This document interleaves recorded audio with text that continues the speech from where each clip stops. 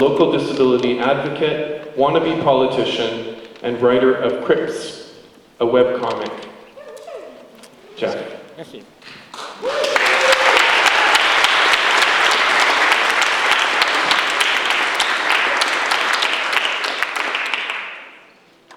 Alrighty, thank you. Before I started, I just wanted to say, I wanted to give a nod to the people who organized this fine event. It appears as though they are firm believers of the adage, you must crawl before you walk. Because I think when they put the schedule together, they decided, screw it, we'll just start with the guy who can't do neither and just go from there.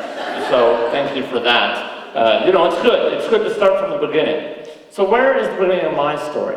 Well, about 27 years ago on August 3rd, after an offensively long labor, my mother gave birth to a very cantankerous young boy that she named Jeff.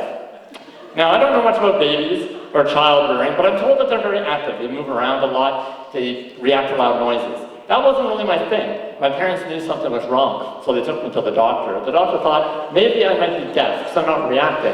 This is how I figured they'd probably find out if a baby is deaf or not. Blast my own sides, if they scream, great. If I screamed, so I'm guessing they probably next went on to the Michael Jackson vision test, is my assumption, probably. So after several months of cruel and unusual testing, it was discovered that I had something called congenital muscular dystrophy, a disease that would reduce my muscle mass, make me use a wheelchair, basically wouldn't be able to get around, but threaten my life. In a word, that was Michael Jackson, in a word, I was disabled. So it was at this time that my parents were pulled aside. They were sat down by the doctors. The doctors said, your son will be different. He won't be like the other kids. He won't be able to run and play. He'll have trouble making friends. He won't be able to get a job. He'll struggle in school. He'll never move out. In a word, he'll be dependent on you forever. Pretty grim news. Well, my parents weren't the type to take that. You know, they were fighters. They were strong. They didn't believe in that.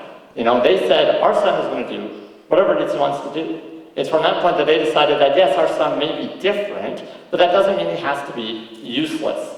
So at that point, they decided, no more pity or sorrow in our house. It's not allowed. I had to be this guy. This is what my parents said, this is what you can do. You can be that guy.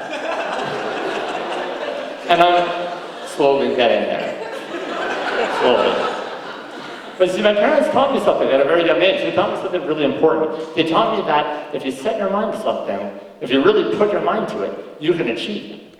Despite what people tell you, you can achieve it. They taught me that there are 101 terrible, terrible things that can happen to somebody in their life. One of mine just happened to be from birth, when I was diagnosed. And was I really ready to spend the next 90 years being pissed off about it? Would anger get me anywhere? Would it get me up and running? Would it get me moving? Well, the answer is no. But what would get me moving is if I started looking at things a little bit differently. If I started saying, I can do whatever I set my mind to it, I just might have to do it a little bit differently than everyone else. And I think that's really important to think about, because if we look at the word disability, what does it really mean? Honestly, what does it really mean? Does it mean that you're in a wheelchair or something like that, or does it mean something else? Well, in my opinion, if you break the word down, disability, it means a lack of ability. You know, that you're not able to do something. And I think that's interesting, because if we look around this room, who here doesn't have a disability, a lack of ability? Who here is not disabled compared to Sidney Crosby at hockey, or Tiger Woods at adultery? Yes? We all have our limitations. But what defines us, what separates us as people, what makes us who we are, is whether or not we have the courage to face that limitation head on. And what is the one disability that all of us in this room have? It's that little voice in our head telling us that we can't do anything. It's that little doctor whispering in our ear every day saying we're not good enough, smart enough, strong enough to get by. So most of us don't. We sit on the sidelines, we avert our eyes from all the problems we see in our community, and we don't do anything to change it. We all have goals, dreams, and aspirations, yes, but we have an equal number of excuses as to why we're never going to achieve them. Most of these excuses, in my experience, are wholly and completely wrong. Now, I've always found the concept of walking to be wholly and totally perplexing. When I ask people, how do you do it, they often respond, well, I don't know, I don't think about it. And that's pretty astonishing. That's something so complex.